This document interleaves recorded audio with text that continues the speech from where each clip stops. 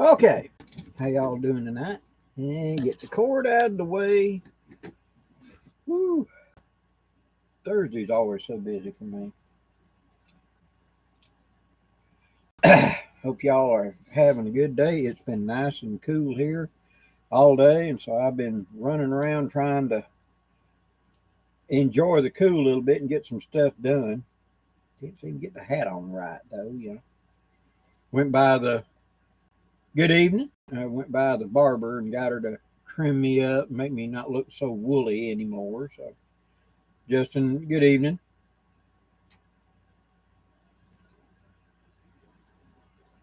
Hiram, good evening. Uh, I'm going to try tomorrow night to sneak out to the wood lot up here and hang up my hammock and camp tomorrow night, and that'll be one every month.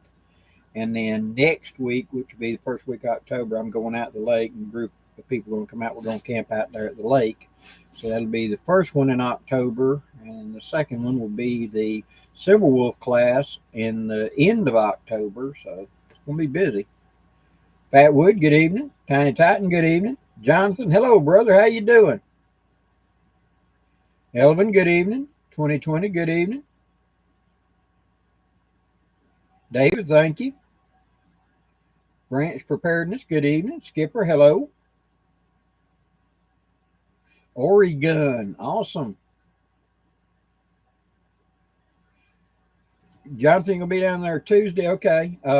Pink's gonna be in Wednesday. I'm gonna see if I can restructure where I can come out Wednesday. If not, I'll be out there Thursday morning. Chuck Miller, good evening. Oh yeah, that's no fun, Jonathan. I know. Michelangelo, good evening. Johnny, good evening. Chuck, good. Good to see you there. Tony York, good evening. Papa Tobo. Okay, Papa Tobo. Hello there. Yeah, Justin, you got a medical reason. I understand that. And we've talked about it. Yeah, it'd be nice, but too long a drive for the shape you're in right now. Wait till you heal up soon. Steve Panay, hello there. Dr. Robert, good evening. Bang Bang Bushcraft, hello. Well, it's now shifting into fall. Now's the time to be going out and looking on your days off along the edge of the woods, the edge of the road, and start looking for those dried out flower tops, the good tenders, the flash tenders, things like that. Go ahead and take you a bag and start gathering them up and all, because once you get the windstorms, the rainstorms, the snow, that disappears. It's gone. You can't get it anymore. So go ahead and get some now and put it up. But I always go out and collect a lot this time of year and get me a big old bag full of it. And that's what I refill my fire kit with year long.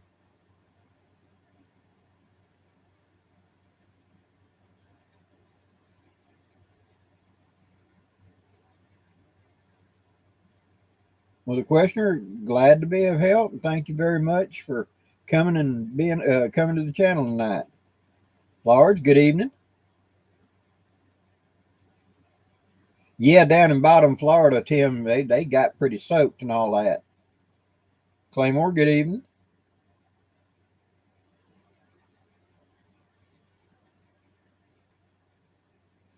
Johnny, is there a small backpack-ish type bag pouch that will attach to the back of an LBE harness? Yes, the butt pack. I used to put a butt pack up on top where you take there are two clips up on top of the old LBE. You throw them back, and a butt pack will click onto that. So it puts it up on top, and then you take the back of the H going across your back. You take where the Alice clips went, and you run a piece of paracord through there and tie it to hold it, so it's attached to your harness. Then below it, where the butt pack normally goes, you put a second butt pack that leaves a gap about that big between them, where you could roll up a tarp or whatever and put in the middle. So it was 3 units, and then I put canteens on the outside. That was my running unit for a long time. Was that way. Have you seen the new sheath that Jake is using for his knife? No, I have not. Not right off the top of my head. Randy Shoemaker, good evening. Brett, good evening. Diane, good evening. James Singer, good evening. Yeah, Diane, I will be doing more Captain Ball stuff. It's going to be going on to Rumble. And the very first video on Rumble will be posted this Saturday. And it's Blackie Thomas, one word. It just runs together, capital T. And it's going to be a chamber insert from Short Lane Arms. They'd contacted me and wanted to sponsor and give me some stuff to do some testing, so I did a thing of that. But there's going to be Captain Ball stuff being pushed on there as well. So just hang with me. I will be doing stuff over there. Tiny Titan, good.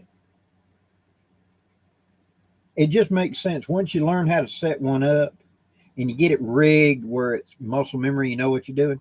In pitch black dark, you can set one up. You can set one up. You know, when you can't see it, you can set one up whenever you're distracted and I got to be doing something else. You just learn how to set it up and set it down. It becomes muscle memory and you ain't got to think about it so much.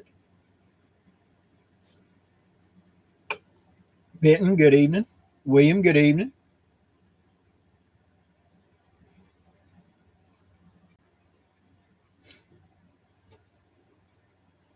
Question, you're correct. Cities are reaching a point of collapsing. Yeah, Tiny Titan, I run mine about 30 feet long. But prior to 1924, 26, more people lived in the country than lived in the cities. After that time, it became more people lived in cities than lived in the country. I'm seeing that with our modern technology. Something that COVID proved is you can work from home. I don't have to live in that city. I can live in a suburb or a country and Zoom and do the same job without having to be there. So I can diffuse it out and live in the country and make a good living. And so you're seeing more and more people get out of the collapse and rot of the big cities and come back out into the smaller rural and country areas where they feel safer, you know, and I understand that.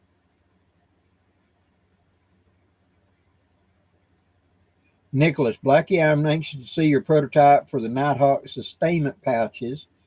Love the Nighthawk. I'm going to be talking to Jay while we're at Silver Wolves end of October, and I will have a prototype for me and him to look at together up there.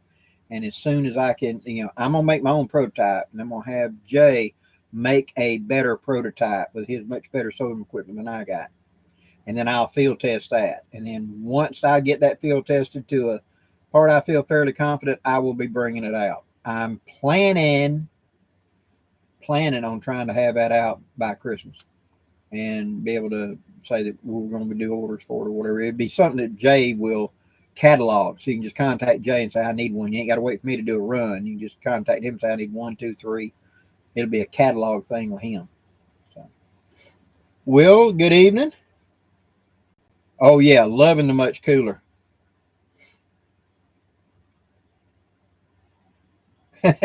Randy T, sometimes it'll sneak under you if you ain't watching.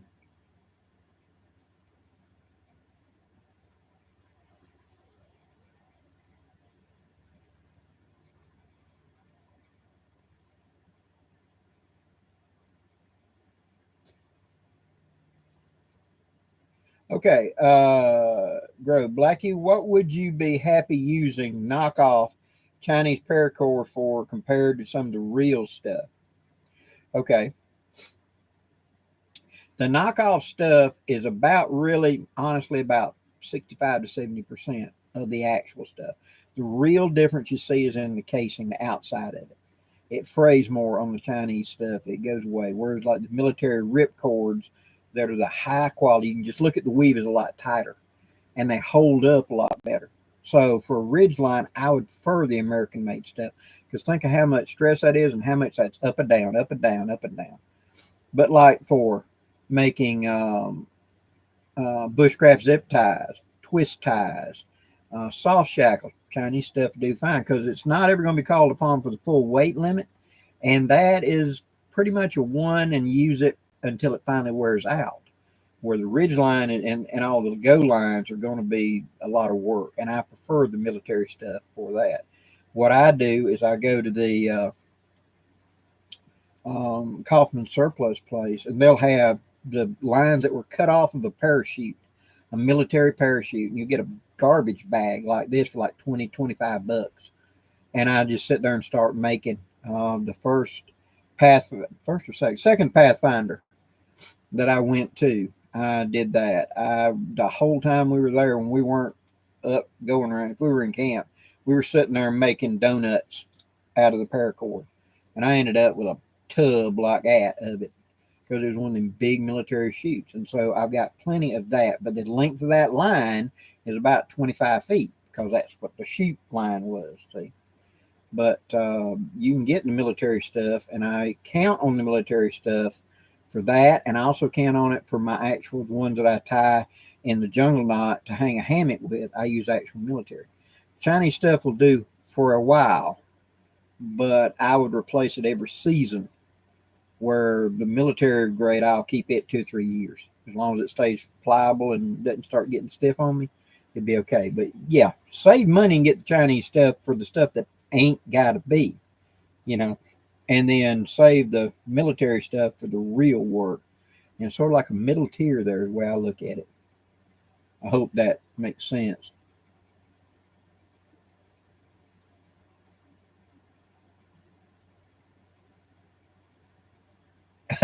Claymore Steel, would one day in the future have you thought of releasing perhaps the blackbird pattern or sewing patterns? I actually have thought of that. And I will tell you, to be honest, when I came up after all those years, I came up with the blackbird design, and I decided, okay, I'm going to go with this. And I made my own prototype and tried it out. And then I went and got Jason to make a prototype. And that was the first, Mark 1, I call it, that had was made by Campcraft. I really, honestly, not to be vain or, brag it or whatever, it was such an innovative design compared to what was out there. I really expected some big name channel or whatever would copy it, And I figured in 6 months, everybody be making them. And if that happened, I was going to take the pattern and just say, here's a free pattern and give everybody a pattern to it, But if down the line, yeah, I may do that. I may give out a pattern for it. So, but it'll be down the line. It won't be any time right now.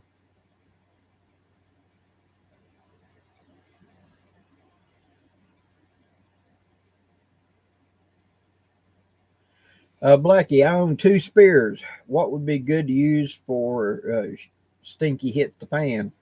I got it to run a trap line, but would a bow be better? What do you think about a spear? Spear is better for a trap line or something. You can control it easier. You can precisely jab. A bow, you got to be very, very accurate. Yes, you got range with a bow, but a 8-foot spear will give you range outside anything like that. And in Alabama, I don't know if we still do, but I know for years here in Alabama, you were allowed to hunt deer with a spear. You get on a deer stand where you're right open, they're going to literally step underneath you. And so it is possible to hunt boar, hog, whatever with a spear. And it's a good skill to learn in case stinky, because you can make a spear pretty easy.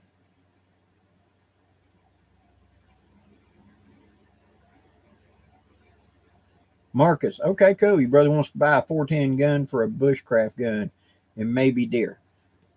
410, small, fast, light, but really, the price of shells are double the price of 12 and 20.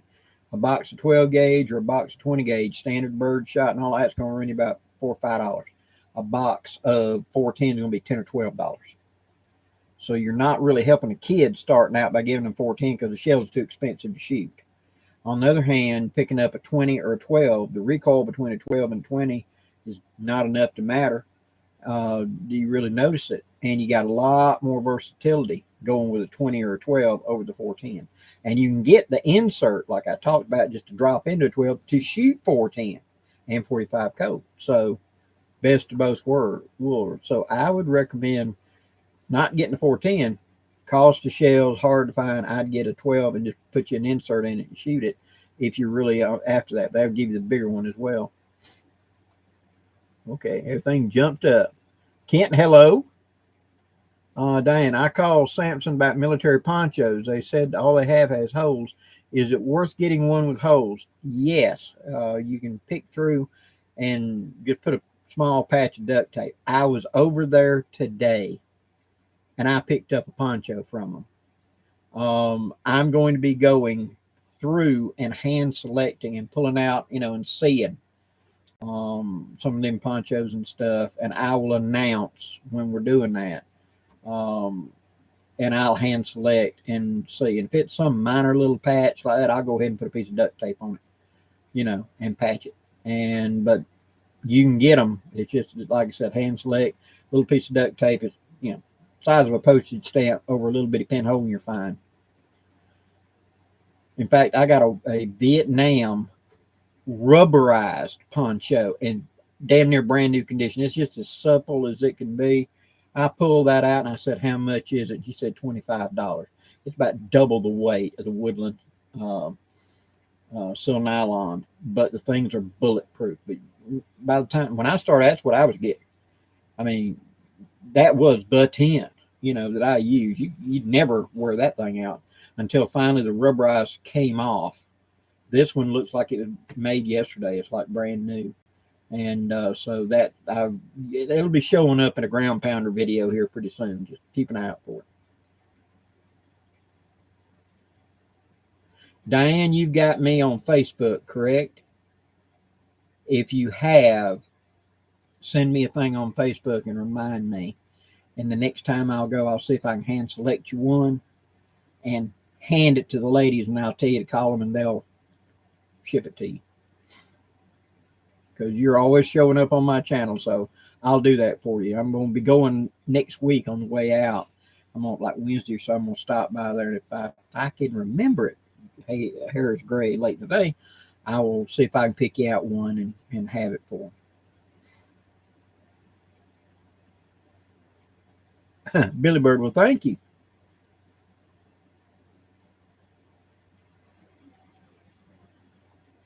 Branch preparedness, yes. If you will look, Uncle Mike's, I think it is, they have 3 sets of sling swivels. And one of them is for shotgun, and they got this half yoke that goes around the tube up front and will anchor to it. And then you just simply got to poke a hole and screw the back one in and just clip them on. So it's an easy adaptation to add sling swivels to it.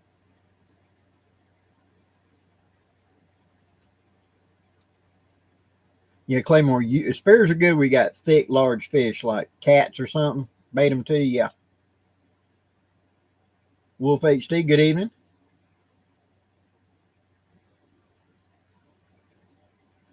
Well, Nicholas, we will see about that. But yeah, I have, like I said, I did consider. And I do have, we have a pattern, but we'll see about that down the line. We're not there yet. Les, thank you. I'm doing pretty good. Jonathan Gable, welcome to the party.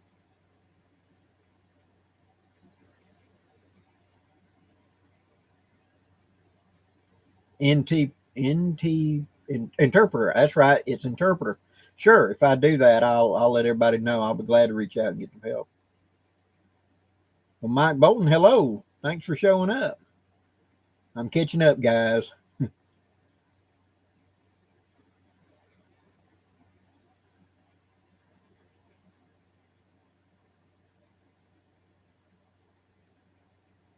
The questioner, Blackie, inspired me to buy a kukri. The hand-forged ones from Nepal are very affordable for something that is hand-forged to American-made stuff. Is it worth the buy? Yes. The one that I would recommend just to go right now is go look on Amazon, look for Kukri House, and there's one called the Afghan issue. It's very similar to mine, and that was meant to be a military issue one. It's meant to be used, abused, where some of those others that are real pretty may have been made for the tourist trade. That one I know for a fact, it's about $125, but it is meant to be a working knife. And so that might be something you want to look at.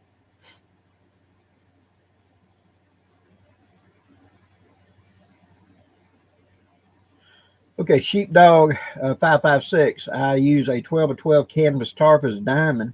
What length do you recommend for a peak for center pole when you set it up? For me, I make my center pole about 5.5 feet. I'm 5'10". So I want the top of it about mouth level, about there on me. So I can duck under and actually step into it. But when I'm sitting up in it, I got plenty of headroom. And that keeps the top from being way too stiff. It's a little lower, so I can pull further back and pull it out and have a deeper, wider shelter as opposed to a tall, thin shelter. Okay, Diane, cool. Crossover, good evening.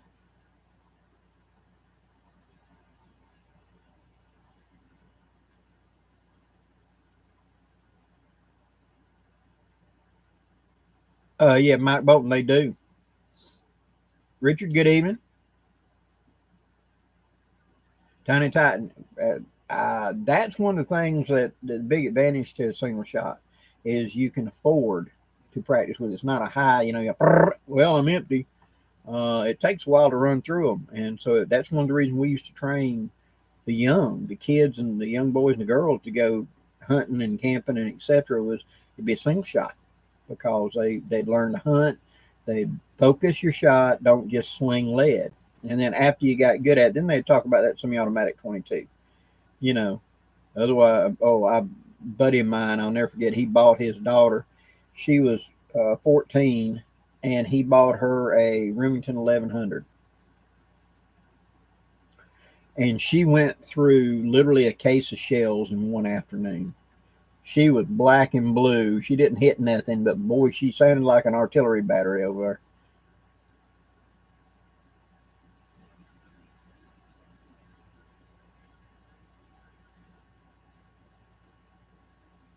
Sassbush crab? Yeah, y'all should be getting a lot of rain up in the northwest up there right now. Have I ever tried hanging with a crossbow? Appropriate hunting. I have hunted with a crossbow just a little bit, but you got to understand, in my state, it was not that long ago that you were not allowed to hunt with a crossbow unless you were disabled. You could use it for archery, but not actual hunting. Y'all excuse me. Pollen all plugging me up.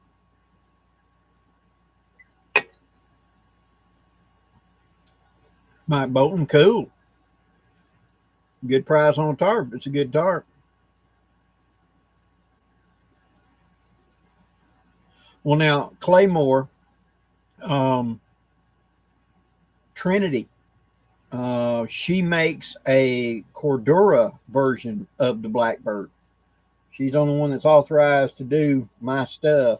And so she does it in Cordura. And so she makes a Cordura version of the Blackbird. So you can check with her. That's ready-made gear. Trinity Sainer.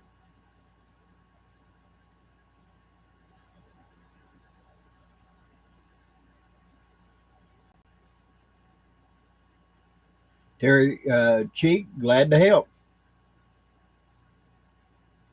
Yes, Johnny, the telescoping poles can work well as long as it locks well and doesn't collapse easy. Make sure it does lock well. If you can't kind of lean a little, I don't mean like put your whole body weight and pogo stick on it, but if I can't lean on it, you get a real heavy downpour hitting it with a downdraft and they'll slide down. So you got to just make sure. I had that one time. I took hiking poles and I put up on 2 edge and I got underneath it like a pup tent and I was hitting big down blasts like that and the pole would do like that, So I understand, Tiny Titan, it just takes practice. And you may need to practice on targets that reinforce to you. So here's what I tell people to do. Hit something that when I hit it, it busts. Go get you some charcoal briquettes and just tie a piece of string around it and hang it out there and hang like 8 or 9 of them and try to shoot. And when you hit it, it explodes just like you'd hit a clay pigeon. It doesn't hurt nothing. It'll dissolve in the grass. But it's very satisfying when you do it right. I used to be a shooting sports director. and I would teach young people how to shoot for the Boy Scouts. And that was one of the things we did with the shotgun, to teach them how to focus and get there. And when they did it right, they just go poof and then just be dust. And positive reinforcement that you're doing it right. The Scott, do you have a signature camp knife? I have the WC Blackbird made by WC Knives. It's kind of my signature knife.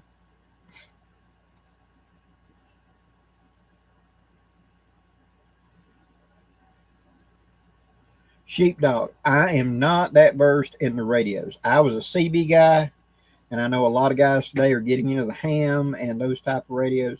I have a working knowledge, but not enough knowledge to speak of with it, so I'm afraid. But I know that Dave Canterbury has done a lot with radios and stuff. You might want to reach out to him, and he could probably be a much more in depth than I could. I know he's gone through all of that.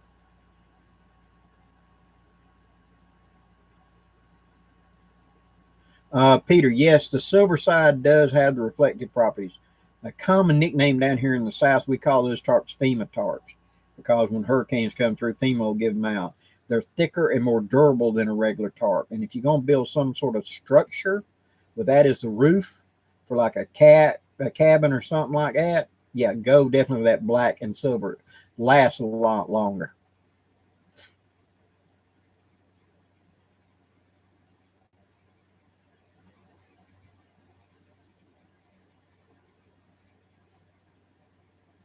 Buckeye, it is not. It will be on Rumble. The gun video will go live on Rumble o'clock Saturday, this coming Saturday. Everything goes well.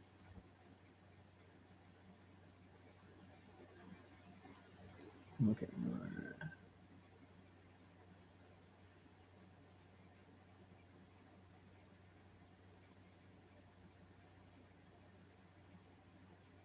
The questioner, if he's already in a position where you can strike him safely, Dan Lutz would say strike him, don't poke a hole in the hide. And his preferred method of putting an animal out in a trap would be the first hit to the back of the head, if possible. Bam. And sometimes he would take a pole or something and get it down there where it'll go after it and bite it or whatever, so you can turn the head away from it. So you hit it at the back of the head. This will stun the animal and knock it unconscious. Then you want to roll it over on its back and hit the throat upward. Whack. That hydraulically rams the blood and everything into the brain and just liquefies. He never regains consciousness after that. And it's something we don't want to kill, but when we do, we've got to do it clean and humanely. Don't let the animal suffer. Do it, commit to it, and put them out where it's all over. 1-2 hit, bam, bam, it's over. But I would recommend hitting rather than stabbing if you're trying to save the fur. Tennessee Smoky, do you have any suggestions for getting a bad smell taste out of a stainless steel canteen? First, fill it up with regular tap water and about 4 tablespoons of baking soda. Leave that in a sink or something overnight. Let it bubble and do it. After that, dump that out. And then, the effort stuff you clean dentures with, put a little of that in there, fill it up again, leave the cap off, let that boil overnight. Anything biological or whatever is going to be dead. After that, if the canteen is metal, then you can put boiling water in it. If it's a plastic canteen, then I would recommend taking about a teaspoon of unperfumed clear bleach. Okay. You don't want any dyes, no flowery smell, clear, because those can be toxic. Put that in, fill the canteen up, cap it, and let it sit overnight. That should take care of any smells or taste or whatever in it. Then dump that water out and rinse it real good. Try that. That's how I kind of process it. I have had canteens in the past that were just so funky I never could get it out of it, and I just had to get rid of the canteen. But give it a try. Claymore Steel, it's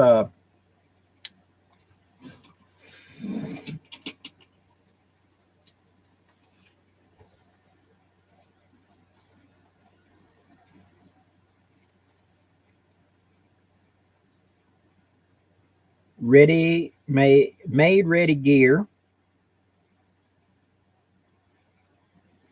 And has that got her contact? Yeah, it's got a contact right there. There you go. I keep business cards handy just for things like this. But tell her that you talked to Blackie and we'll know if she'll make a Cordura Blackbird, and she'll do it.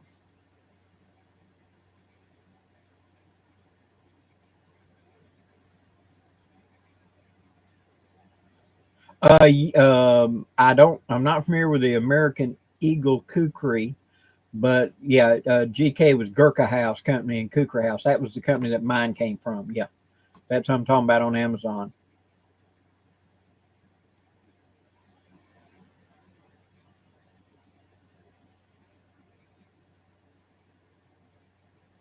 Northwest Florida Skunk Ape. I took a drive up to Kaufman's the other day. Your advice, great place to wander and come across great finds. Glad to do it.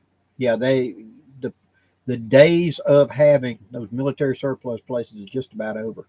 We were coming up. It was World War II stuff, and then it was followed up by Korean stuff. Then it was followed up by Vietnam stuff, and then the stuff of the '70s rolled in, and then we scaled down and we did this. And then Clinton went into power and we scaled back our military, and a lot of gear went into surplus. There ain't a guarantee that'll always be. And the modern armies today, like the Gulf War and all like that, a lot of that stuff didn't get turned into surplus. It got given to foreign nations when we left the country.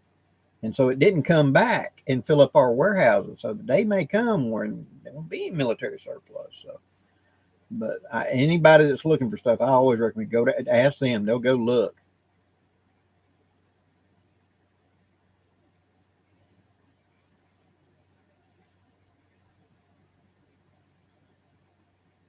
Go broth, good. Yeah, rabbit is actually pretty good, especially if you put it with taters and stuff.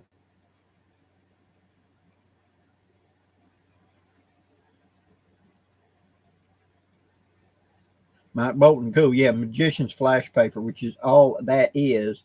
It's nitrated fine onion skin paper is all it is. And it does, it goes poof and it's gone. Cigarette paper is what I use. I get the wide rolling papers. And in fact, go back and look at my series. I show the way I made it. And then later on, I'm using the Guns of the Old West cartridge former. And I just go get those wide ones, and I can cut them in half and get two cartridges out of one sheet, so to speak. So they do well. And when I shoot, I run through my shot. When I get done, when I spin the cylinder, I tip it up and I look in the chambers as I turn it to make sure I don't have any little paper. If I do, grab a little stick, go in there, it comes right out. But it's rare that I have anything left. It usually completely combusts or it's gone.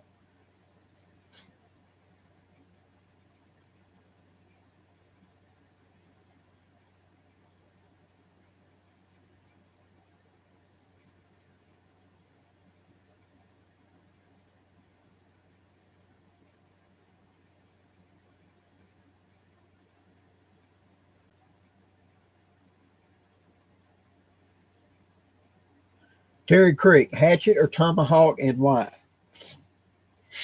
Tomahawk.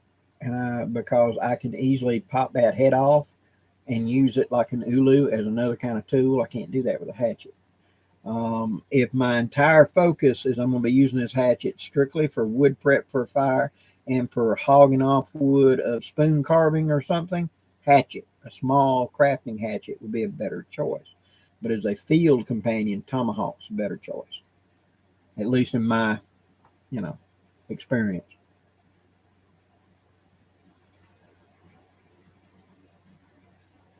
Claymore still glad to do it.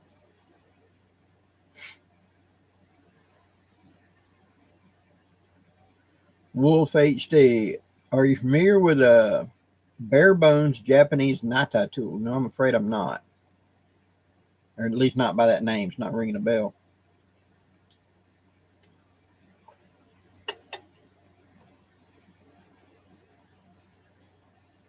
Squib knock it. Tomahawk or kukri? Kukri.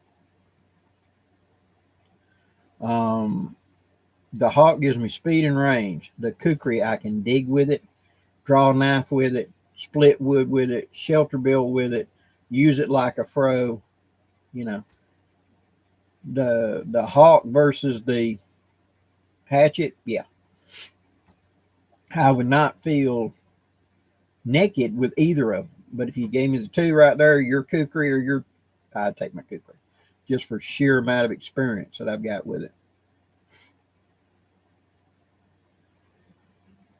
Go bra, yeah. We call that down here cane pole fishing, but it's tinkara. Those little folding up poles and stuff. Works very well.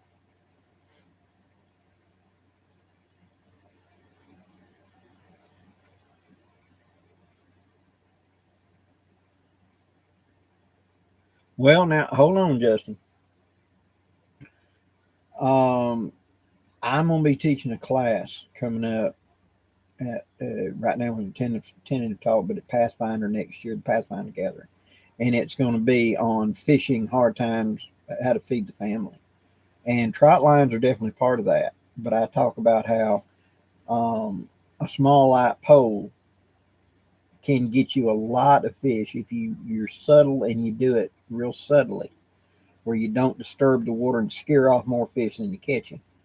When I'm not going to be there, I got work to do. A weir, a fish basket, or trot line is trapping for fish basically while you're working. So when you come back and you get fish, so they're both either way. But to me, when I think of trot line, we're seriously trying to feed the family then. And I've got other things to do where I can't afford time to fish. I've got to just put this out and then go home, go to bed, get up the next morning, run by here, pull the fish, rebait, put it back out, run them to the house and dump them in a tub or something to keep them wet. And I got to go to work. And then when I get home, I'll clean fish, process it, come back out here, pull the line again, rebait it, and I'll go home, go to bed. So twice a day, I'm pulling fish. You know, you're trying to fill up a freezer, and times are hard. And you're trying to feed the family then. Ooh, Kenneth, what would a box of Peterson's 20 gauge shells, number 8, go for in today's prices? I don't know, but it would not be cheap. Um, 30, 40, 50. Somebody's got a serious collection, could be a lot more than that because they can narrow it down to a certain year of production. But been a while since I've seen Peters.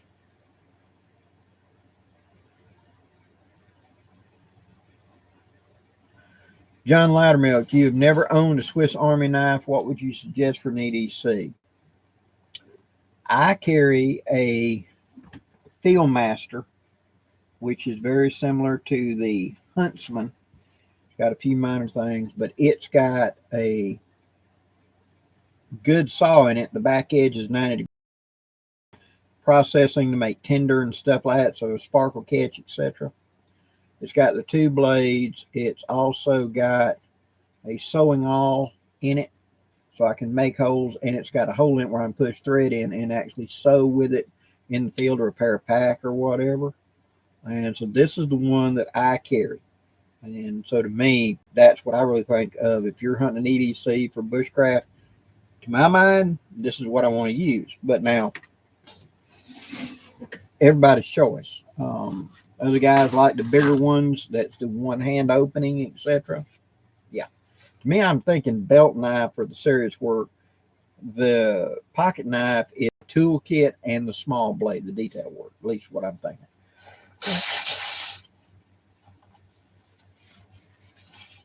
Sorry, guys, my head's all plugging up.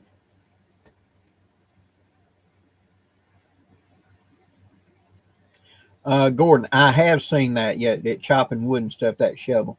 A lot of that's based on what the Special Forces of the Spetsnaz shovel was, like cold steel shovels, which can do light chopping, machete work, digging, pounding, etc. So kind of based on an old World War II design, actually.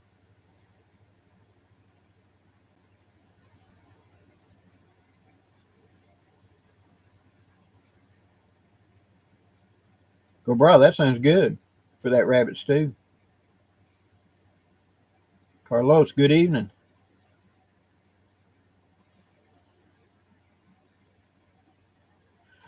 Tim Harbour, I do not. I had never had a license. I had close friends that were heavily into it. I was a CB radio guy back in my day, but I never got into that. But now, like I said, I've had close friends that were really into it. In fact, a couple of them who'd been radio guys in the Army and in Vietnam. And so when they came out, of course, they went into ham. And they had all the gear and stuff. And I've just never got into it.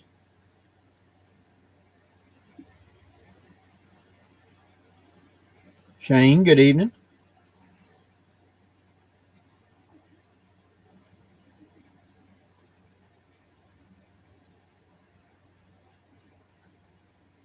Gasher 83, well, hello and welcome to the channel. Yeah, Richard Hayes. Kukris, once you learn how to use it, all other knives become kind of boring, to be honest, for a chopping tool. In fact, that was the thing that we were clearing part of our land that me and my wife had.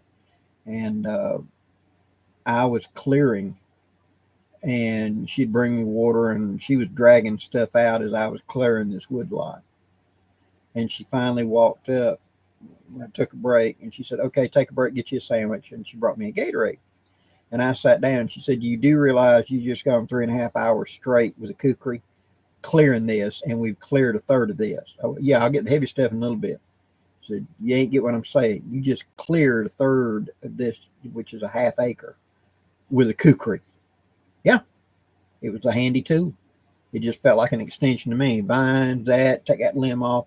Anything up to above head level, take the limb off, make piles, and she'd drag it out. So that was 30 years ago when we were getting started, and Blackie was in a little bit better shape.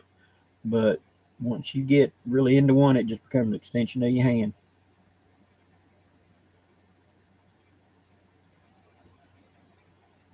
Huh, didn't know that. Go by the one radio that also, a CB that also has AM, FM, and short band. That's pretty cool.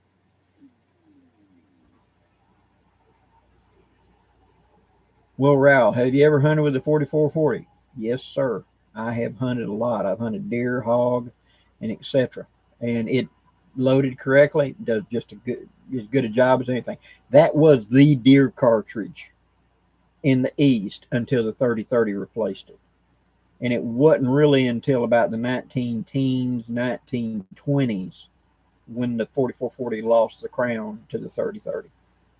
It stopped. It was 20, 30 years old. The 3030 was before it kind of lost. It took the crown from the 4440, and it really was when all the 4440s had wore out before it really came, because it was the deer cartridge in any kind of thick eastern woodlands. Yeah, does a real good job. Woo! Thank you very much, Tilla.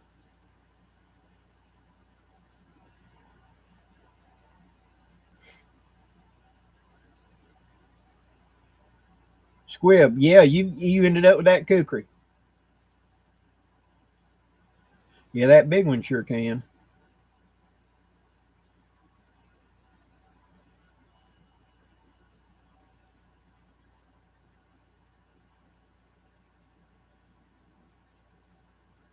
Carlos, Blackie, do you own Pathfinder gear? Yeah, I have several things. I've got their skillet. I've got a couple of their bush pots. I got one of the Trangia stainless steel stoves. It's all that comes to mind. But yeah, I've used Pathfinder gear for years.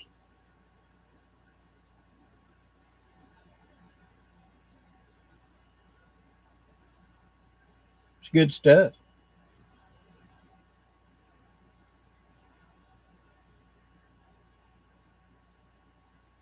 Tell a Blackie, I've heard of hunters eating garlic about a month before they go hunting. They say it keeps the ticks off them. Do you think the deer can pick up the smell? Yes, but it smells natural. And so I've heard about that eating garlic and stuff, usually in the northern areas where they have just clouds of mosquitoes and stuff like that. And because of that, yeah, they're trying to exude it out. In fact, the U.S. Army, whenever you go to the Arctic School, like a week before you went to the field, they started giving you sulfur pills. You smelled like rotten eggs. It was horrible. And my friend Grouch actually taught the Marine Corps version of the Arctic for a little bit. And he talked about the guys they'd make them every hour, take one of them pills.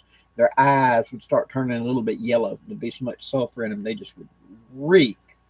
But you had to from all the mosquitoes and stuff up there. And so when they get back to the base after being out in the field, they wouldn't even let them come indoors. They would just take them to a hangar, have them stripped naked and put up showers. They'd put all the uniforms in one pile, all the gear in the other ones. They'd burn the uniforms. You never could get the stink out of them. And then they would bring the food to them in that hangar for the next 2 or 3 days until it got out of their system, not taking them pills. Because you'd stand there and your eyes would water. They stunk so bad. But it worked, Garlic can be that strong too. But I tell you, the best cover scent I'll recommend to anybody, diesel fuel. Because if you're in any kind of farmland area, think about it. All the farm equipment smells like diesel fuel. The deer smell it all the time. So the tractors, the trailers, the trucks, the farmer, all of it smells like diesel fuel. And if you'll put a little bit in the right places to cover up your scent, you don't smell like a hunter, you smell like a farmer. And they don't even pay any attention. I used diesel fuel for years as a cover scent.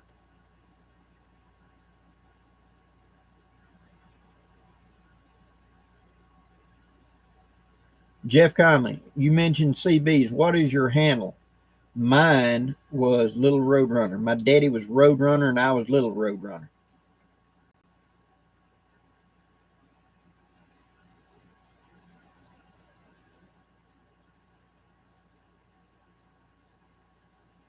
Carlos, thank you very much for the donation. For the Pathfinder gear is good gear. In the cooking stuff, definitely.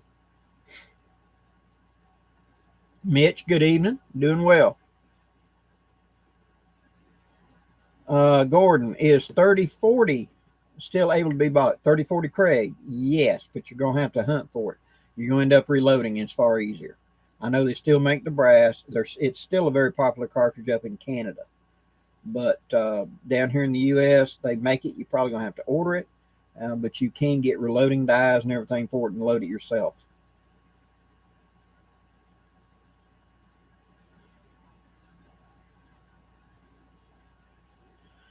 Claymore Steel, an elephant toe knife would work well for eating a can of beans summer next month. Yeah, possible.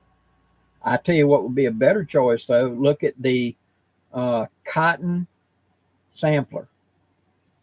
Go look at Smoky Mountain Knife Works, look up Rough Rider knives, and look cotton sampler. When you open it up, it's this broadleaf pocket knife blade that's got a hump on the back of it, kind of like a Nesmont, and it looks like the tip of a butcher knife stuck onto a pocket knife. That's kind of like what a Nesmont was. You can stick down in cans and eat off the back of that knife pretty easy.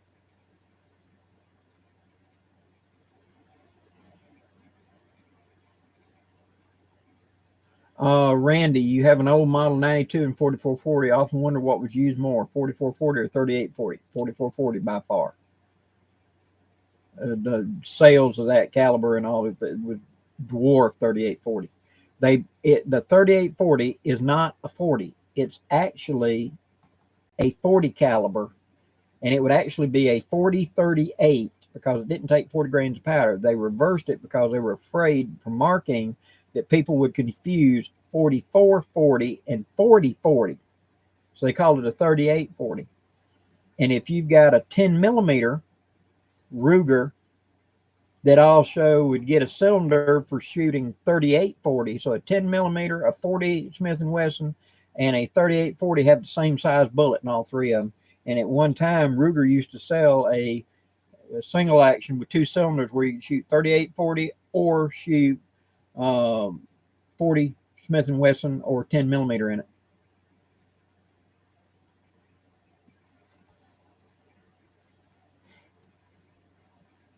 Squib, any suggestions for a mid-size CB? I haven't looked at them in years, to be honest.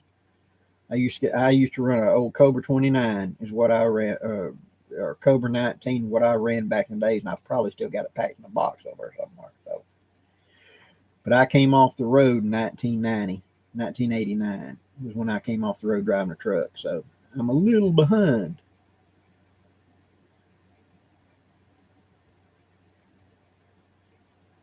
Cobra, Blackie, have you had any experience with flintlocks? Yes, sir. 25 years of shooting flintlocks. I did living history reenactment. I shot, oh my God, um, the Thule to Chase. I shot brown bass. I shot trade gun. I never had a Northwest trade gun, but I had the English trade gun. Right up here, I've got a full length Tennessee mountain rifle and 50 caliber flintlock. So yeah, I've shot quite a bit of flintlock. Bob Nolan, good evening.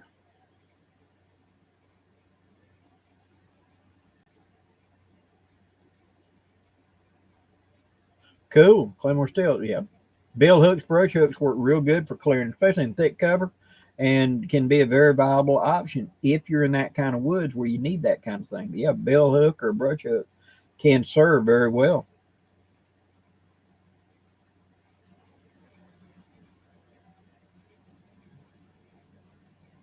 Yeah, Will Rowell, the 95, 85 Trapper and 3040 Craig. Yeah, very handy car. The 3040 Craig ballistic power is very similar to 308 NATO in power, actually. Um, Although the 3040 at that time, the military type used a round nose bullet. But depending on the bore, you could use a standard bullet that was made for a 300 Savage or a 308 Winchester and put it into the 3040 Craig. So you could get the ballistic bullet in it. I used to have a Craig carbine, and I've had the full length Craig rifle way back in the past. Got rid of them in the 90s.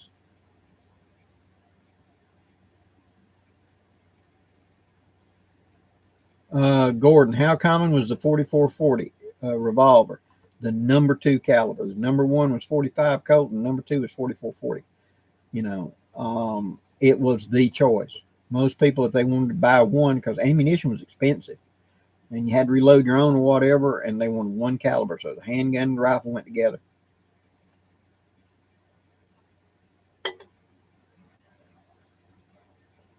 Rose Russell, well, thank you for dropping in. Sleep well.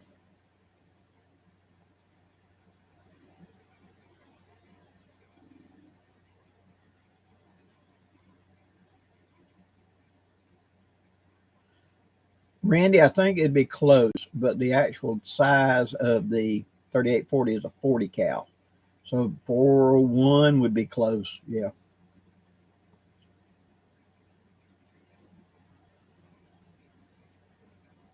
Go broad. Yeah, the side, the Amish still use them. But yeah, as a non powered way to just clear a path or something like that, yeah, they work very well.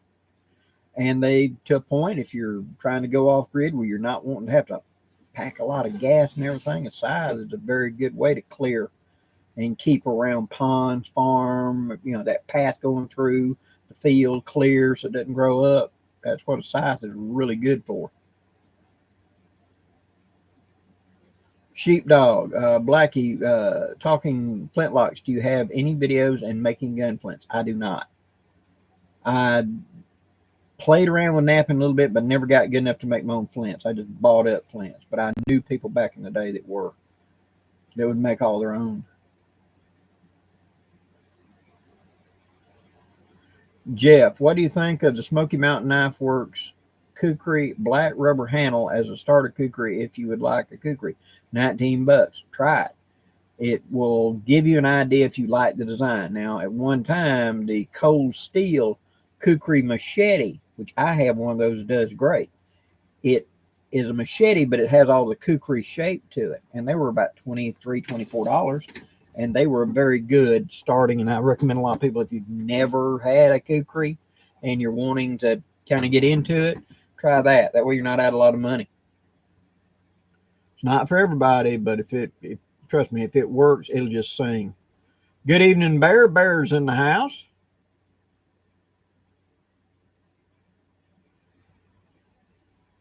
Okay, see if I can catch up.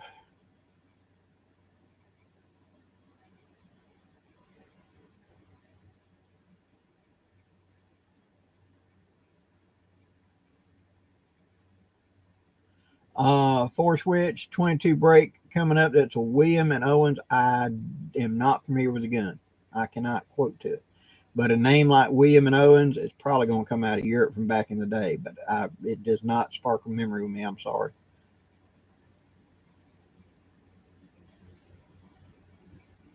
Mark Young, any ideas for alternate uses for surplus canvas tent halves aside from the obvious? Well, you can take the shelter half, put it up, and if you'll notice where the door joins the side section, you can put the tent up, split one of them up 3/4 of the way up, and open it up, and it acts like a Willeen.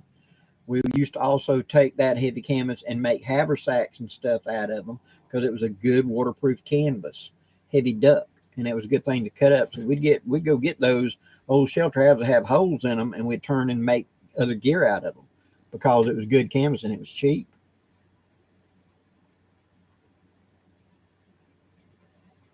Gorba, I didn't realize there were so many models of flintlocks for 400 years. The gun ignition system was flintlock. 400 years. If you said I wanted a gun, you were talking about some form of flintlock. So, yeah, they've been around a lot longer than our automatics have been around. Does anybody make a Maynard carbine replica? Yes, at one time, Dixie Gun Works sold them, and I think they were made by Pertasoli. I think, but the price. But I do believe they did make them. Does every state have their own make of flintlocks? No. When they talk about a Pennsylvania rifle, a Kentucky rifle, those are just general terms. Pennsylvania rifles were normally fancy. They normally had silver furniture or brass furniture. Kentucky rifles, working guns.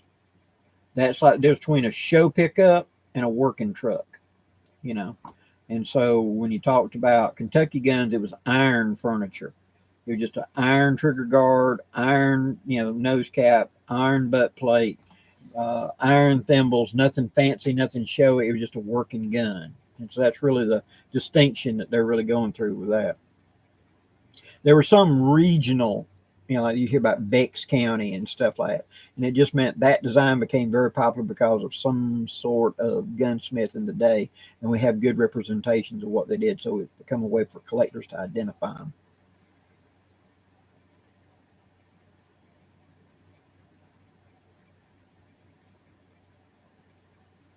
Carlos, Blackie, what's the name channel on Rumble? It will be Blackie Thomas, where the words are together.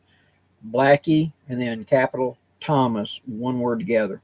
And on Saturday on this channel, I'll do a little short blurb telling you it's up live, and I'll give you a thing. Here it is. And I'll try to put it in the description box, actual link to it.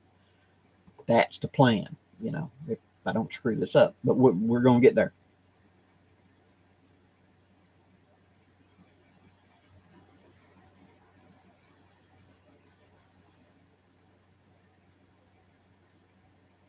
Bob Coleman. He does not because I gave him that blanket. It was one I got several years ago. It's a good blanket, and I wanted to pass it along to him, and he did a review of it. So I believe on the actual the blanket somewhere there's a tag that tells the site it came off of.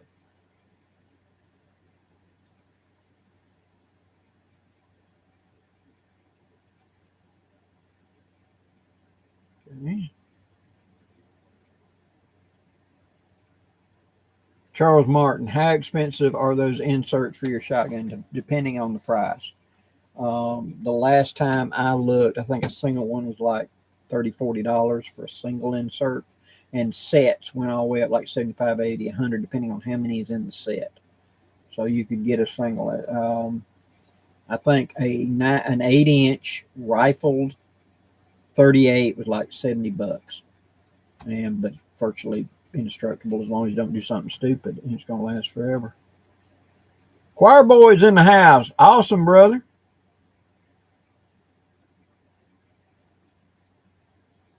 Looking forward to camping with you, sir.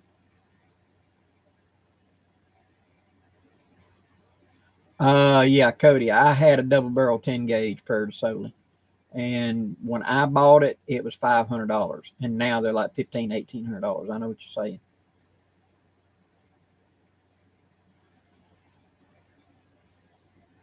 Mud, they're just being themselves. It's what was it the guy said in the old West when somebody said that the card game was rigged, and everybody said, yeah, it is, but it's the only game in town and everybody knows it. So, but if I can take my gun stuff and go put it onto Rumble, where those that want to see it, I can say, hey, I just put up a percussion revolver one on Rumble about this. I can say that on YouTube and then put the thing down in the description box where y'all can go watch it. I can kind of do an end run and produce the videos I want to do without stepping on these guys' toes.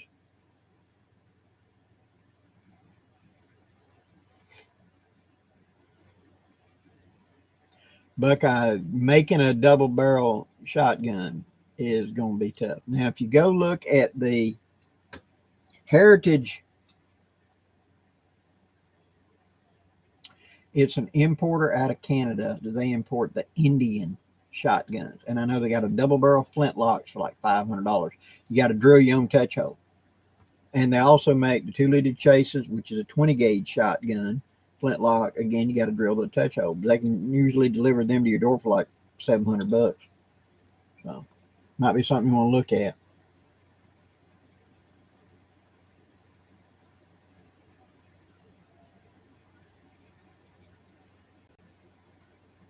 Dakota's in the house. Good evening, sir.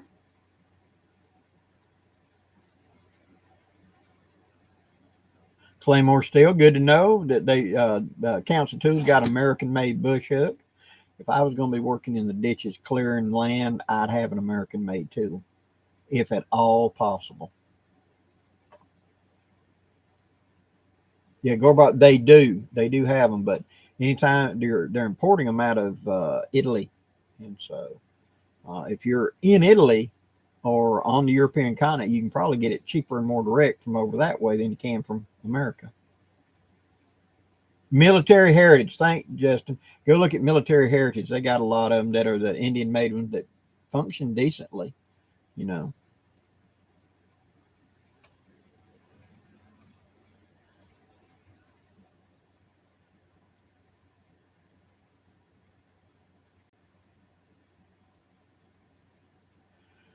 Gordon, I don't either.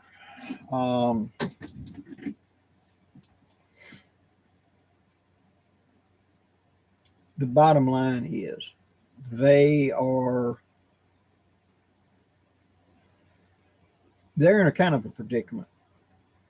It's because one of the reasons that they went after the Texas Attorney General was that he had put out something where any Texas citizen could sue them if they violated their rights, any of their rights. And they're kind of hiding, the YouTube and all of the big things are hiding this clause of this bill that came out 30 years ago that said that they are a forum and they're not responsible for what's published. So therefore, if I put up a video about X and it makes you mad, you can get mad at me, but you can't get mad at the channel. You can get mad at me, but you can't get mad at YouTube because they're not responsible for what I put out. That means you're a forum, so you're not responsible. So I'm free to say whatever I want to within reason, within the legal line of the law, the things you can't talk about. On the other side of that, if they are censoring and editing and not allowing you to do stuff, well, then you're not a forum. You're a publisher, and you can be sued. So if I look at something that's on your YouTube forum and I want to sue YouTube because it was on YouTube forum, I can. Well, they're wanting to have their cake and eat it too. Oh, no, we're a forum, but we can edit and censor. You're one or the other. And back under the last administration, they were this far from nailing them to the damn door on which are you. And then the government administration changed. They kind of ducked out of it, but they can see the writing on the wall, and they're starting to sweat that they're going to be held accountable, and you violate people's ability to legally say and do what they can legally say and do. So We shall see.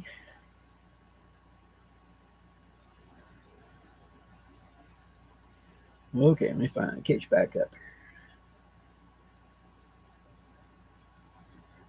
Go Brock. Blackie, what is your favorite Jeremiah Johnson type movie? God knows I love Jeremiah Johnson. And there's Mountain Men, Last of the Mohicans. Oh, let me see. Of course, the DiCaprio or whatever, the Hervant. Talking about Hugh Glass. Man in the Wilderness, which is another telling with Richard Harris playing Hugh Glass. They called him something else. But basically it's a retelling of that. The old miniseries, Centennial, the beginning of it, that had Pasquinel and things. There's a lot of that stuff that's inspired me that I've enjoyed over the years. Blackie, is there a hand tool for making sliding out a log for a house? Making siding out of a log for a house? Yeah. It was called a pit saw back in the day, but today you can, Harbor Freight and places carry them. There's an attachment that hooks to a chainsaw that you can lay the log up there and you hook it and it will only go to such a depth, and you can cut the log and take that off and you cut the next one and you're making lumber out of it. So there is an attachment for a chainsaw. You can do it. Now, hand saws, that's what the old buck saws and stuff, they'd dig a pit where a man could stand on the bottom and they would have these like goalposts. And they would lay a log across the top, and the guy down there on the bottom and the guy up on top. The guy on top is basically standing on the log, and he would pull up, and the guy on the bottom would jump up, and he'd hold on to it, and he'd let it go up there, and he'd pick his legs up and let his body weight pull it down. Shunk. And the guy, he'd just relax, pull it back up. So the guy's body weight's doing all the cutting. And they'd take turns. And they'd go until they got to one of those goalposts coming across this way. So they come right here, and they'd scoot the log, and then they'd go to the next one and they'd scoot the log so they could cut, and they'd cut lumber off of it. You know, that's what they did back in the day. That's the reason lumber was so expensive.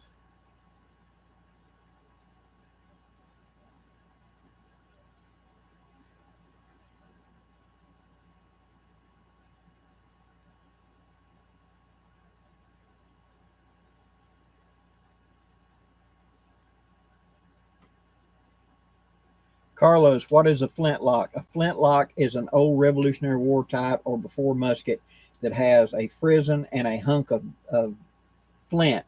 It hits, shaves, makes a spark, and ignites the powder. So it's hit, go, flash, bang. Look at movies about Revolutionary War, stuff like that. They're using flintlocks. It's a method of ignition for guns.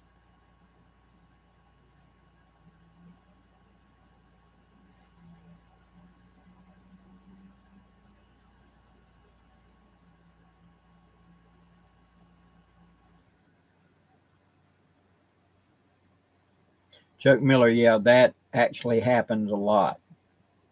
Of people, chainsaw mill, thank you, Mario. But that happens a lot where, especially military, something's moving from A to B, things will disappear.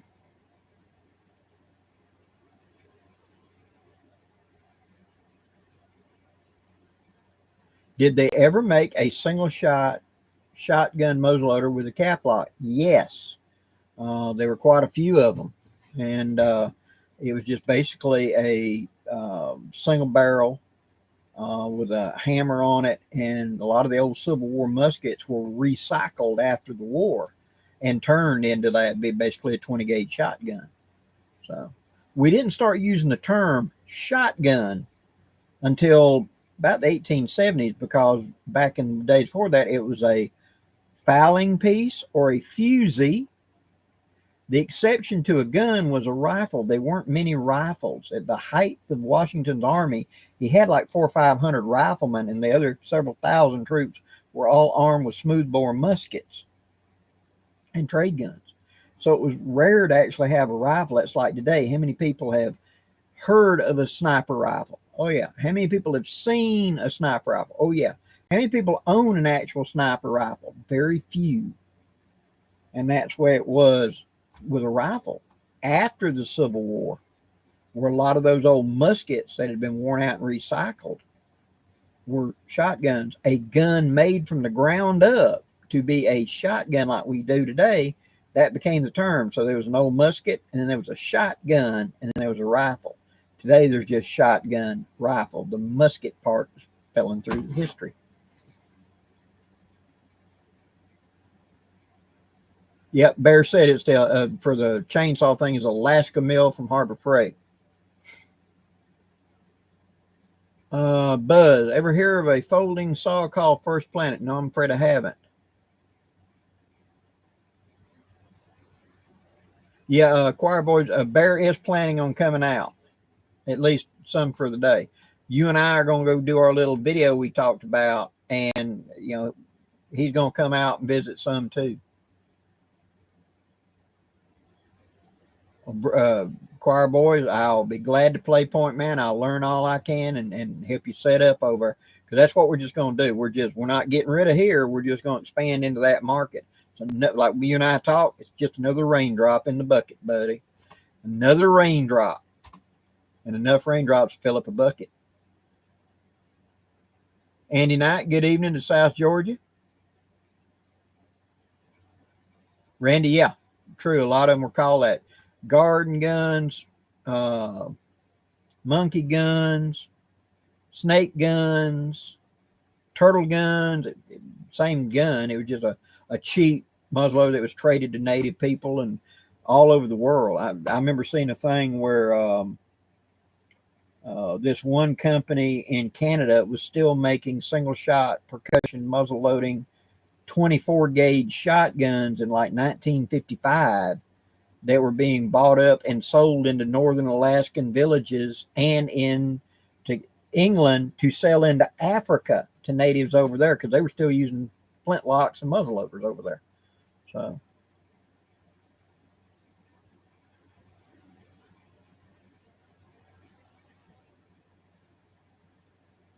Donald Mike Gideon, good evening. Tim Harper, good evening.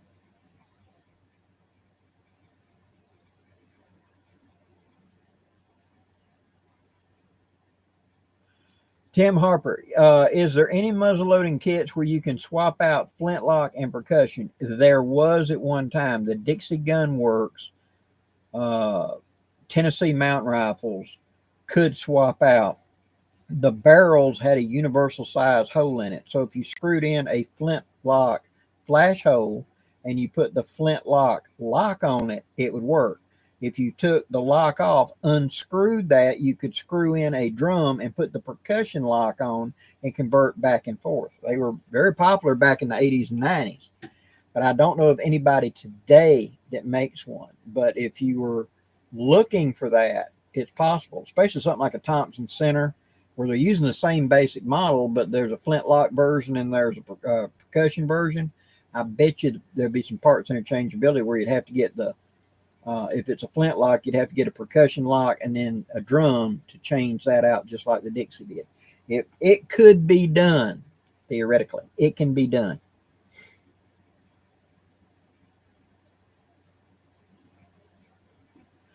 The question, would you recommend a Indian-made trade musket? I have personally seen a couple of them, okay? I had personally seen some of the original guns that they're duplicating, and they were garbage. It scares the crap out of me looking how thin them barrels were of the original.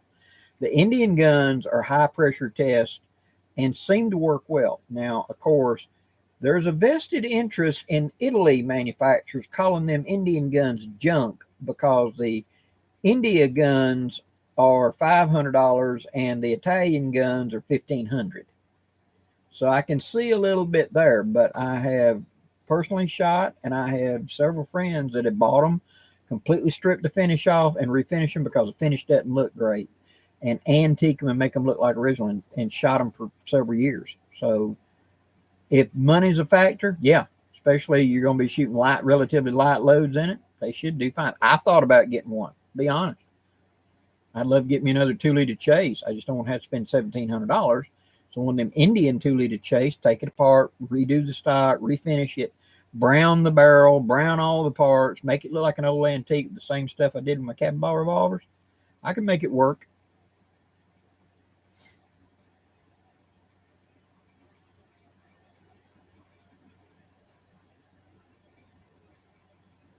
Go broad. Blackie, have you ever used a Hawken rifle or CVA style version? Yes. Um, my favorite of the production guns is a Lyman Great Plains. The CVAs are decent. They're normally wood, but really good barrels. And so they were meant to be a hunting, target shooting gun. They're not as historically accurate as they should be. But for I just want a gun, a muzzleloader hunting, a muzzleloading season, they work very well.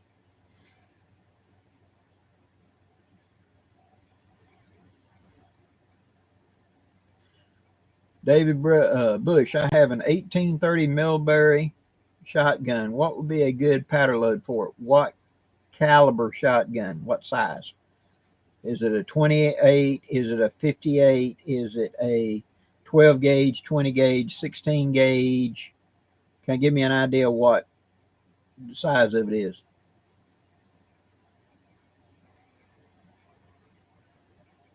Randy, yeah, the 28s are very popular, especially up in the mountains for shooting things like pheasants and stuff like that, where 20 is a little heavy and a 410 is a little light. Then 28s do really well. And Short Lane makes a chamber insert that drops into a 12 gauge that allows you to shoot 28 gauge in it. So for those that's already got a single shot, but they want that caliber, that gauge, hey.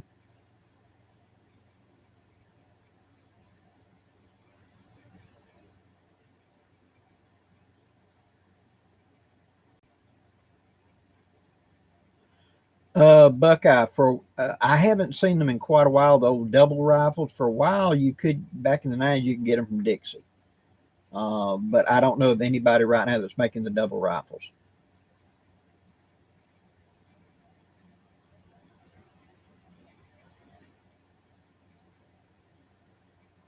Claymore. I wonder if any company is making a bill hook on a rounded steel handle similar to the cold steel. Not that I'm aware of, but it could be done pretty easy, especially if where the wooden handle, whatever attaches, if you could just get a machine shop to create a new handle that would slide in place and bolt in and give you that socket where you could put a handle on it, throw a wing nut through it, and anchor it in position. I'm pretty sure a machine shop or a welding shop could generate something. Jonathan Frisbee, yeah, 16 gauge. 16 gauge is obsolete because the 20 gauge and the 12 gauge butted up against each other. A 20 gauge with a 3-inch chamber will do anything a 16 gauge will do, and up to the bottom end of a 12. A 12 gauge with a real light load will do anything a 16 gauge will do. So it's kind of just, they were good guns. Prior to World War II, the 16 gauge was the preferred gun for hunting. The 12 was a market gun. The 12s, the 10s, and the 8s. That was a market gun. But after them boys went and fought World War I with 30-06s, and they came back, that 12 didn't seem to kick so much, and suddenly the 12 became popular. Prior to that, the 16 was the preferred gun. 12 was like, oh, God, that thing kicks too much. Like we think of 10 gauge today. But after they came back from shooting them O3s and those Remington P14s and P17s, yeah, it wasn't too bad then.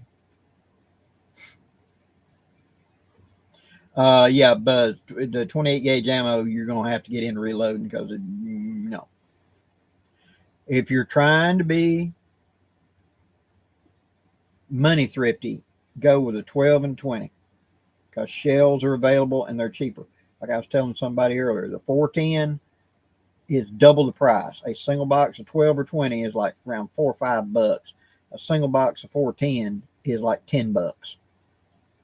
So, and 28's about the same, 10 or 11. So really a 12 or a 20, you can get more volume that way. And reloading components are everywhere. And on down the line, on Rumble, I'm going to show you my old redneck reloading set for reloading shotgun shells. All I needed was you go to the automotives parts house and you get a 1/4-inch drive extension and a deep well socket. And I'll show you exactly what to do. You get a hardened washer that they sell at the automotive parts houses with a hole in it. You take a block of wood and you set it up there and you punch out, you empty, you set, put in your new primer, and you scoop and pour your powder in and load it. And you get done, you fold it over. When I was a teenager, I was reloading with a socket set and a washer and a hammer, 12 and 20 gauge.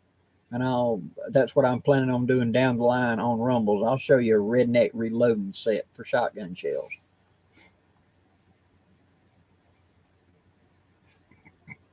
Oh yeah, Chuck Miller, the Sweet 16, that was the gun.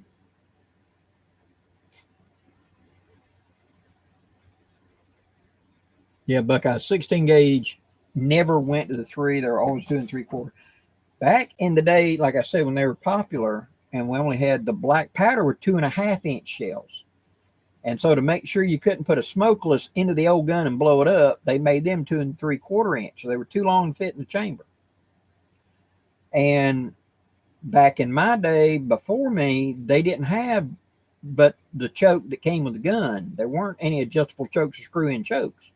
You had that poly choke you could twist up there. But beyond that, so if I wanted a full choke, I had to have a full choke gun. If I wanted a wide open choke for use with buckshot up close for deer, well, I needed one of them. So you ended up with 4 or 5 single shots and 4 or 5 different guns and different power levels. So you had a 20 gauge to keep behind the door for shooting the rabbits in the garden right out behind the back door, or 410. And then you had a 12 gauge for going down in the swamps hunting deer and hog and stuff like that. And then you had a 16 gauge for bird, and then I had a full choke and I had a modified choke, and you had to have all the guns. Today with screw-in chokes, I can have a 20 gauge with a 3-inch chamber, and I can do anything up to 12 gauge in that 20 as far as power level. So I can handle all the light stuff and put a 3-inch shell in it. I can do right up to the bottom end of a 12 gauge.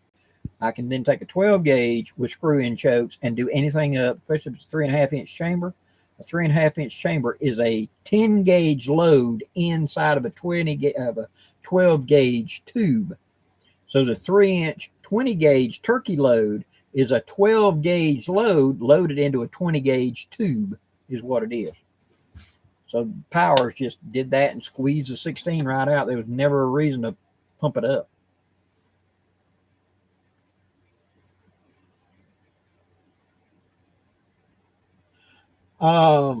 The questioner, Blackie, I've heard back in the day they poured molten lead through a spoon with a small hole in it over a bucket of water to make swan shot. Yes. Now, what I've seen done was here fairly recently is they took a bucket of water and they got a board in the bucket. And they got a little wooden block sitting right here. And they got a can about like a planter's nuts can, about that big with a single hole in it. And they have precisely drilled a hole that is as small as it needs to be. They poured the molten lead into the can. They set the can up on that thing so it's at an angle, about like this, right? With that hole right there. And then they took a stick, went tap, tap, tap, and it went, a single drop would come out, hit, and roll down the bore into the water. So like,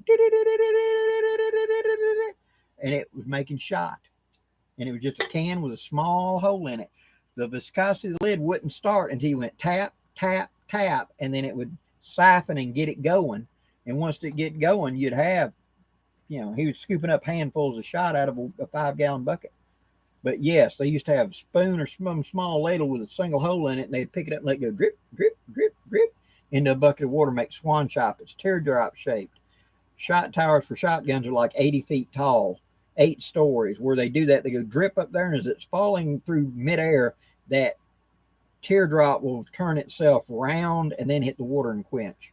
So that's how they make shot towers. Randy, have you ever do anything with Apache Star or a rabbit stick? Rabbit sticks, yes. Apache Stars, no. But I know what you're talking about. But I have used rabbit sticks before to harvest small games. Possums, great thing. Whacking. Fox squirrels, anything on the ground that's fairly faster than you, where you can sidebar that thing into him and stun him for a second to get up there close enough, it'll work.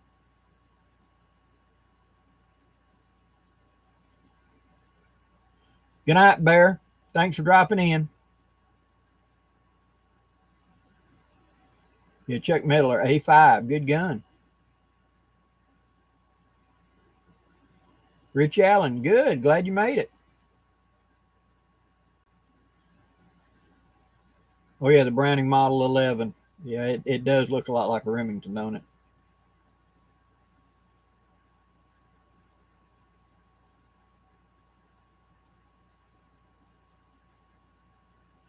Um, Gray Wolf. If what that was doing was as the lead came out, it rolled down the board, and so it made it round. You know, but that's what this guy looked like. He was in India. Somebody sent me the video of it, and the guy just set it up and went tap when they're making shots. So I'm wondering what size that hole is. I'd start with the tiniest drill bit I had, and I'd drill a hole, and then try it and see if it'd leak out. If it wouldn't, okay, great, it's not going to come out. I'd rotate the can, I'd drill another hole until I found what size hole would do it, and then I'd start with a fresh can and do that and put it up there and try it. See what would work.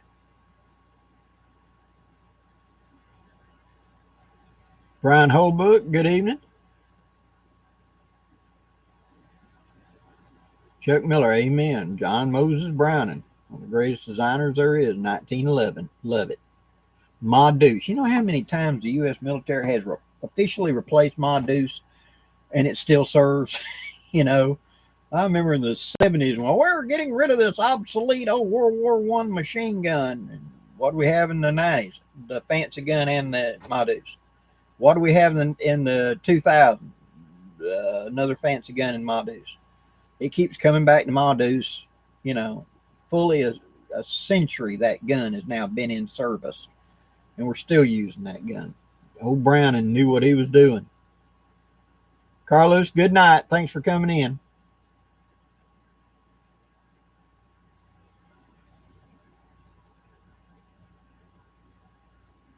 Oh, Gorbar, yeah, Carry the Wind by Terry Johnson. Yeah. Oh, Old Scratch.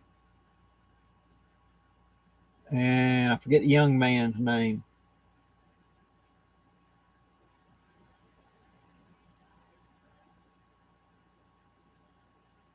Yes, Gorbar, that was something they would do to save the lead. Lead was sold back in them days in bar lead. And what that was, they'd just take a wooden board and they'd cut a groove in it and pour the lead and let it run in and fill it up like a mold and dump it out. And that was roughly 1 pound. Okay. A pound of powder would shoot X amount of lead. So you knew if you had a 62 caliber, how much the bullets weigh. I can make this many bullets out of that bar of lead with my mold to be that much powder. And they would buy lead in that. And so them taking target practice, they want to reclaim that lead out of the tree and cut it out because they can remelt it and make more ball out of it. But the powder, they're using flintlock, so they can take powder in a wooden spoon and a wooden bowl and grind it and make finer priming compound. But yeah, I read the Carry the Wind series back in the day. I remember Old Scratch. Remember he had the Indian that scalped him's hair on with the blue bandana, and you find out later he'd been scalped and he killed the guy and tanned his hair into a wig for him after he'd been scalped.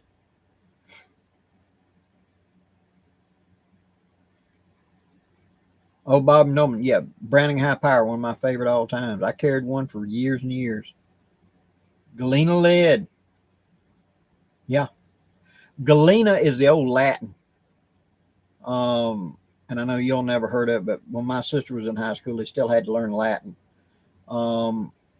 In Rome, they would eat off of Galena plates and Galena goblets, which was lead and tin mixed.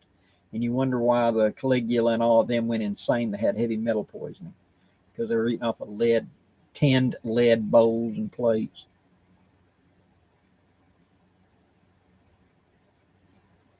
Michael Burleigh, Randy T. He was, and William Collins is the John Moses Browning of the knife word. Amen. Knife world. Amen.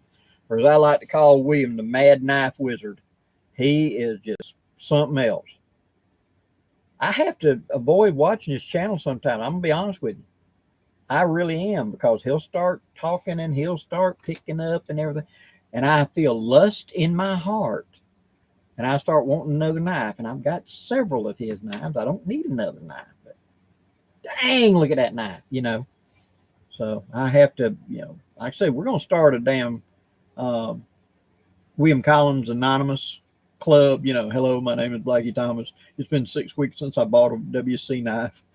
You know,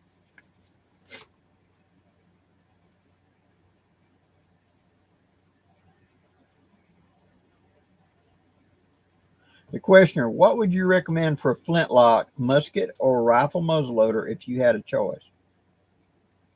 My personal favorite of a flintlock musket of that was a 2 liter chase. It's basically a 20 gauge shotgun flintlock. Shot accurately out to 50, 60 yards with a round ball so I could take deer and stuff. I could load it down and shoot rabbits and squirrels. I could shoot birds out of the air with it. So it was basically a single shot 20. The modern single action, the model single shot H&Rs is our modern version of the old trade gun. It was a 20 gauge back in the day. And so that mindset. And so to me, I like a 2 liter chase, CHASSE. And if you'll look at that heritage site we talked about, there is a Tecumseh version that's only got a 36-inch barrel. That's the one I'd pick because my gun had a short barrel on it, and it made it about the size of a modern single barrel shotgun. It wasn't too long. Man, I love that thing. It was quick, it was light, it was handy, and I carried it even when I wasn't doing living history a lot of times. I'd load it up and take it hunting just to take it hunting or take it camping. So, yeah, that'd be my choice.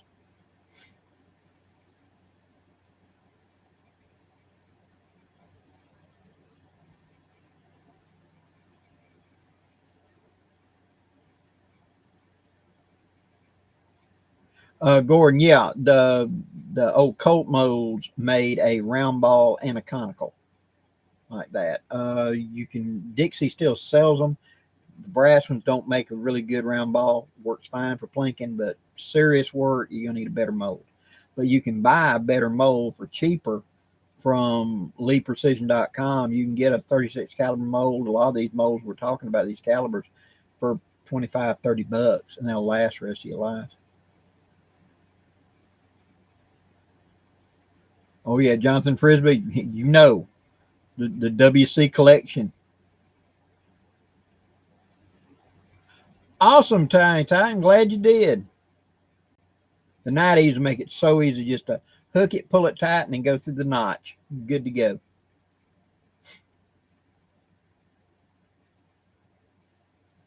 Yeah, go broad. That they if you look in the movie Jeremiah Johnson, when the Indian is sitting up on the horse, Jeremiah is fishing and catches him. He's holding a swivel gun. And in the old book of muzzleloading from Muzzleloader magazine, there was two shoots Markham back in the 80s and 90s where he made swivel guns that was one was a shotgun and one was a rifle barrel, and it was a swivel flintlock. And I don't know who's making the modern version, but I saw where Duelist had got one, and very innovative, very cool idea.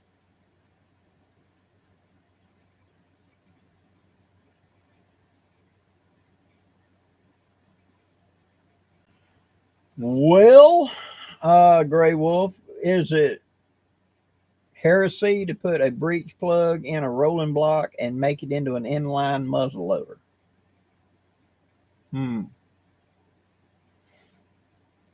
You could take, here's a way to test this theory without doing it. Take a primed brass, no bullet in it, no powder. Put it in the back, close it. Block so that the hammer cannot come forward no matter what. Safety. Load it with it like a muzzle loader from the muzzle. Cock it, fire it. See what you think. If it works, get you a chamber insert to push up in there. A machine shop can turn a chamber insert that would have a percussion nipple in the back of it with a straight chamber going forward and do that. So you just push it in there, have an O-ring on it to keep it secure.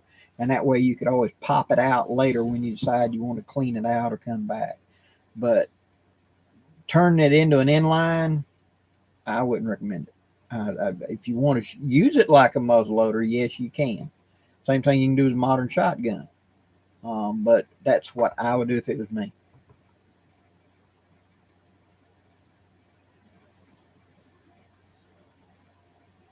Sheepdog, have you ever used Lee real bullets? What do you think of them for hunting? I used to use them in a Lehman trade rifle and took a couple of deer with them. The real bullets, rifling engraved at loading. A little tougher to load, but good accuracy. So, yeah, they work well and they do a good job hunting. Like a slug's what it is. You think you hit them with a shotgun slug, they'll go down.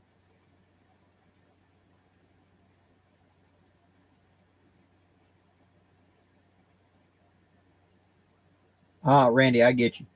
Yeah, he made one into a muzzleloader.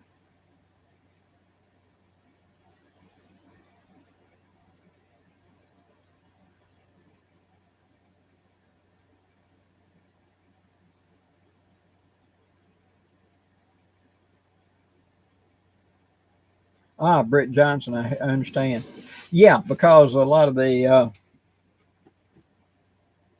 58 conicals, Minet balls, real should work. And I ended up in a horse trade not long ago, and I got an unfired 3-band Enfield, never been fired. And I've had like 5 Zoovs back in the day, but I haven't ever had a 3-band Enfield, and I'm having trouble finding ammunition and caps. So I feel your pain, but um, with any luck, me and Bear is going to get out and start shooting them here pretty soon. We're trying to work out the mold I've got is not filling well, and I'm trying all kinds of tricks. And as you can see, it's not fully filling that bottom, making that jagged bottom. And so I've tried doing it hot, I've tried doing it cooler, I've tried pressure filling it, and it only 1 in 25 comes out usable. And so I'm trying to figure out what I'm going to do. I may end up going to a real bullet just for that. Although I'd like to try a Pritchett bullet. And Arizgon Bullet Molds makes a 56 caliber Sharps bullet that if I paper patched that might work like a Pritchett, but we'll see. Have you ever seen papercartridges.com on YouTube, and the guy shows actual British Pritchett ammunition where you tear it off, pour it down the muzzle, and then you just stick the other end into the barrel and snap it off and load, because the bullet's put in there facing up, so you don't have to take it apart and load it. You just stick the end of the paper cartridge in the barrel and snap it off and put the ramrod on it and load it. That's what I'd like to experiment with. But you need a smooth-sided bullet that you can paper patch, so as it goes down the line, it lets go of the paper patch. But that's something for another day.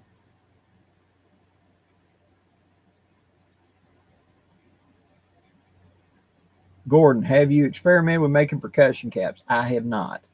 I played with it sort of years ago, but I haven't done anything recently. I know everybody's hunting caps. It's tough.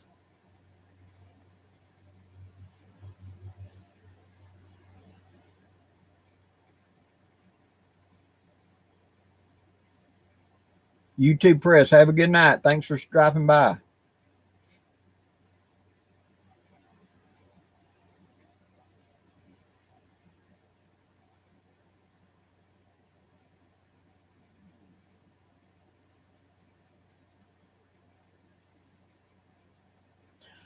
I have a really rough old military surplus RB that was bored smooth like it's a 410. Was thinking of muzzleloading it like a break action shotgun, but it really needs a barrel.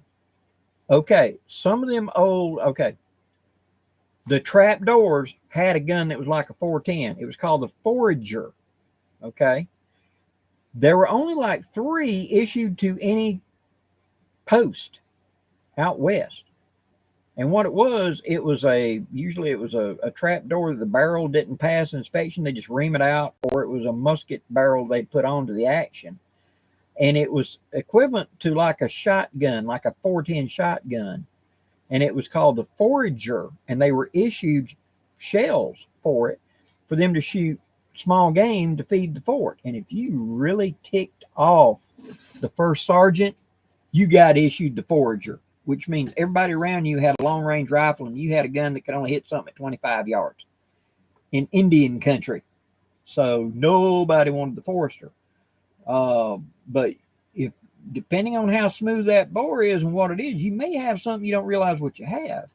I remember several years ago, a guy in, I want to say it was Kingstown, Louisiana, had gone to a gun show, in Texas, and he had brought this gun that had been his uncle's, and he said it's a wore out trapdoor. There's no rifling in it, and the guy there recognized it was a forager, and he told him, he said, if it was a trapdoor, it'd be worth $400. As a forager, it's worth more like $8,000 or $9,000 because it was such a rare gun. And so a lot of them old wore out military guns, some of them that were a lot of that may have been a forager. And so make sure you check it before you start messing with it. You never know.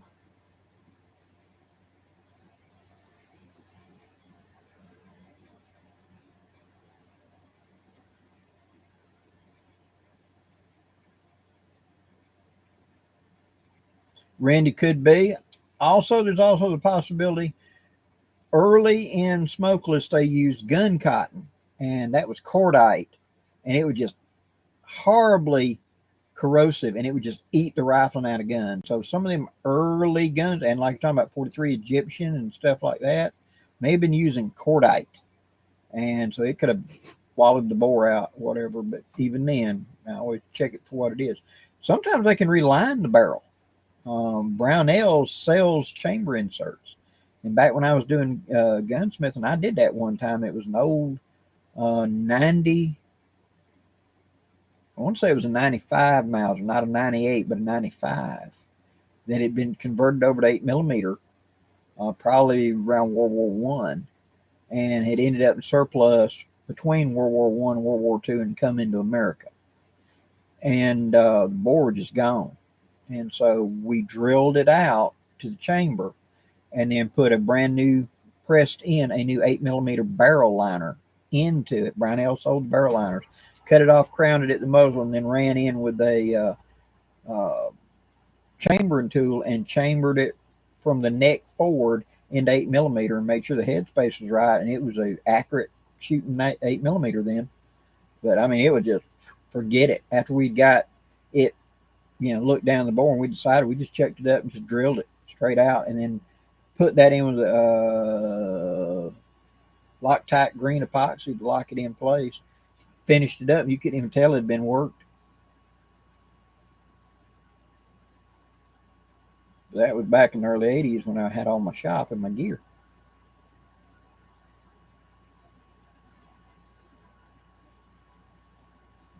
I got you, Grey Wolf. Well, guys, that's an hour and 45 minutes.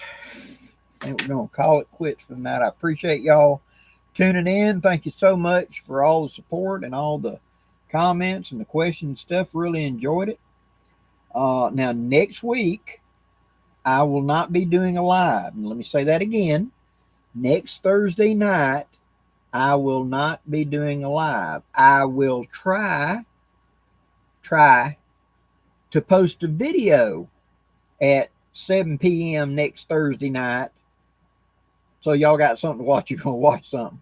But I'm going to be camping out at the Geneva Lake with some people coming in. It's not really a gathering. It's just we're going camping, and anybody want to show up, welcome to show up. And so I've got 10 or 12, 14, 18 people showing up. We're going to camp out for a couple days out there at the lake. And so I won't be here next Thursday night, but I will try to have a video to post so y'all got something to watch next Thursday night. But till next week, guys, thank you so much for all the support and everything. And I hope y'all have a great weekend. And I'll see you whenever I get back and tell you how it went. So till next time, guys, I'm Blackie wishing you safe journeys. Have a great day, guys.